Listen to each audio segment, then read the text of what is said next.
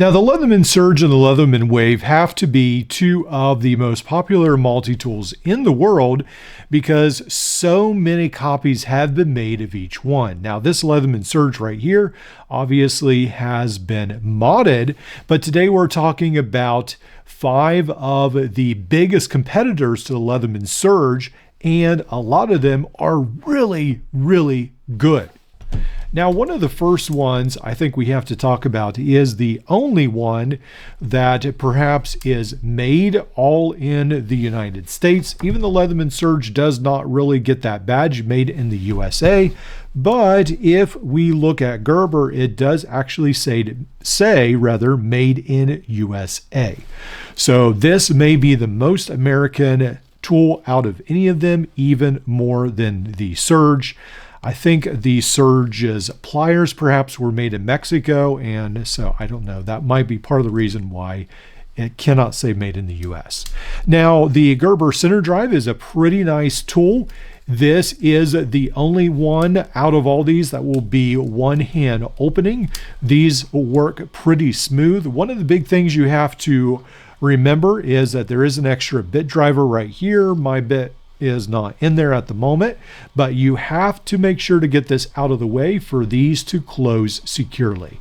When I was carrying this, I did not realize that, and so a lot of times I would only close it like that, and then you do not get that fine needle nose precision because there's a tiny little gap. So make sure you do that when you carry it, and you need that function. Not only do we have the pliers, but there is on the outside this really nice long bit driver. Nut driver uses 1/4 inch bits. On the other side, we'll have this nice knife right here, all locking. On the inside, the bit driver on this side, and then on the other side, there is this little pry tool, which is pretty cool, and then the awl, and then on this side right here, the serrated blade, and then a file. And this one does not have a chisel like the Gerber Dual Force, I believe it is. But yeah, a lot of really nice tools here. Now, some of these tools are a little harder to access on the Gerber center drive, and we'll talk about that a little later. That is one of those things that when you own these tools, and when you own several tools, I should clarify that some of these things that seem so small become a lot bigger of an issue. The other thing is the Gerber does not come with a pocket clip.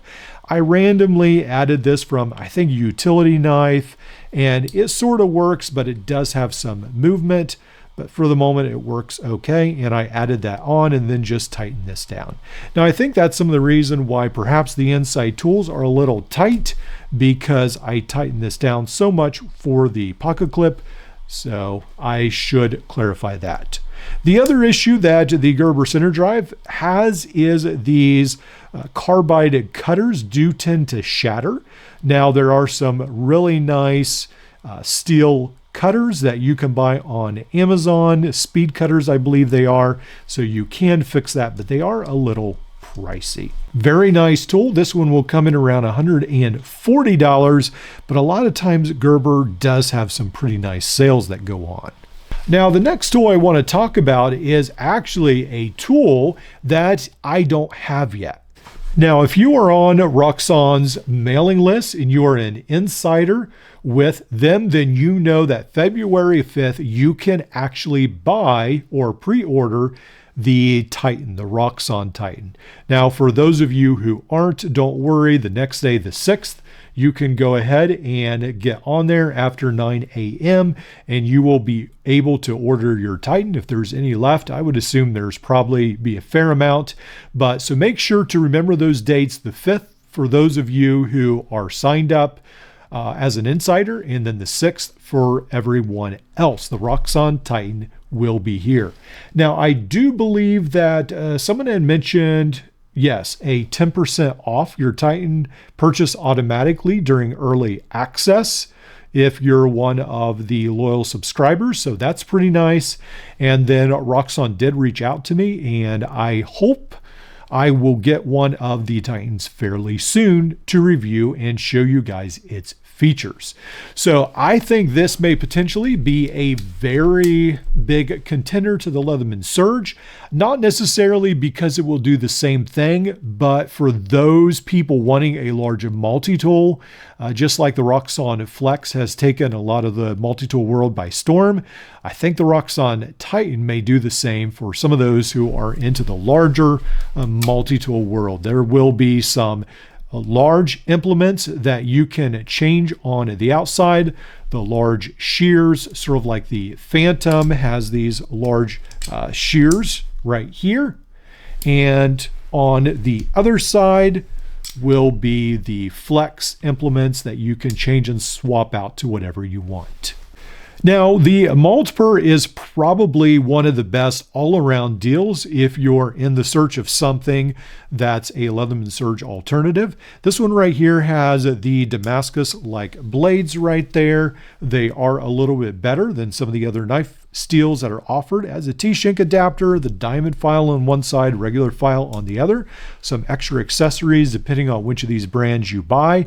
Then the serrated blade, the gut hook, the pair of scissors. I added the Night Eyes pocket clip. These are only about $10. They are adhesive, but they work pretty good for me. The special collared cutters, the nice Leatherman Surge-like plier handles with the crimpers at the bottom. On the inside, there are roller markings, a very small micro driver, a large screwdriver, wire stripper, can opener, and all on this side. And then, of course, a trusty 1/4-inch double-sided ball detent bit and the bit driver that you can use in a pinch as a 1/4-inch nut driver. The Multipur comes in only around $40 right now, and at that price, I do think it's pretty much still a very, very good deal. I did want to do a little bit of an update on the GHK21. This, unfortunately, I cannot find it for sale anywhere, but if this becomes for sale again, yeah, I really like this tool. Now, this has the scissors that have more like the skeletonized handles. I'm not a real big fan of this knife blade because it looks like it's fake laser etched, but I think it works fine. The serrated blade, pretty nice right there. And then this T-shank adapter, which I'm a huge fan of the built-in like thumb stud. I like this pocket clip, carrying it today and for the past, I think like week and a half or so. I've really enjoyed carrying this on my belt. Very nice. A lot of these tools are outside opening. All of them are actually, except obviously the pliers. But the bit driver is nice that you have that 1/4-inch double-sided bit, and then the driver, really like that. And then on this side we have these tools, and someone asked me, are these as easily accessible as the Leatherman Arc? No, the notch isn't quite as pronounced, so it does take a little bit more to get these out, but these are locking. Then we have the file, screwdriver, another screwdriver, bottle opener, all can opener, and wire stripping notch here at the back. I do like this loadout on the GHK21. I really hope they make this available to all you guys. It was around $100, which seems a little steep, and then I had to pay about $30 in tariffs. I wonder if some of that is why some of these tools are not being released more generally to the public, because there's so much economic unrest in the world at the moment. Spring-loaded pliers, that is one of the beauties of this. Crimpers, and then these are really, really good pliers. I really like these. So yesterday we went shopping and I was able to buy my daughter a pair of boots, and guess what I found when we got home? We had not taken off, or the clerk had not found the security lock to take off the boots. So that was probably why it set off several alarms, why we left the building, but the clerk had said, you're fine, go ahead and leave. Now, we were in a little bit of a quandary, and my wife wondered if we'd have to get a special tool. Now, obviously this isn't that thick, but just at the moment, we were wondering what to do, and I pulled out my Leatherman Wave, and I tried to cut this, and you can see right here Yeah, I cut the plastic, but I did not cut the wire all the way through with my Leatherman Wave. So I reached into the basket and I got out these GHK21 pliers, and I was able to cut right through the plastic and the metal braided wire. Yeah, pretty impressed with these tools, with this tool rather right here. Now, another tool that I had almost forgotten about, and one of you guys brought up, is actually the Beta 1778MT. And this one is listed as only $72. So that will be attractive to a lot of people because it is a little cheaper than some of the other offerings. And depending on where you live, probably the shipping won't be as much. I forget, I had to pay, I think, at least $30 shipping to where I live, but depending on where you live, it might be a lot cheaper.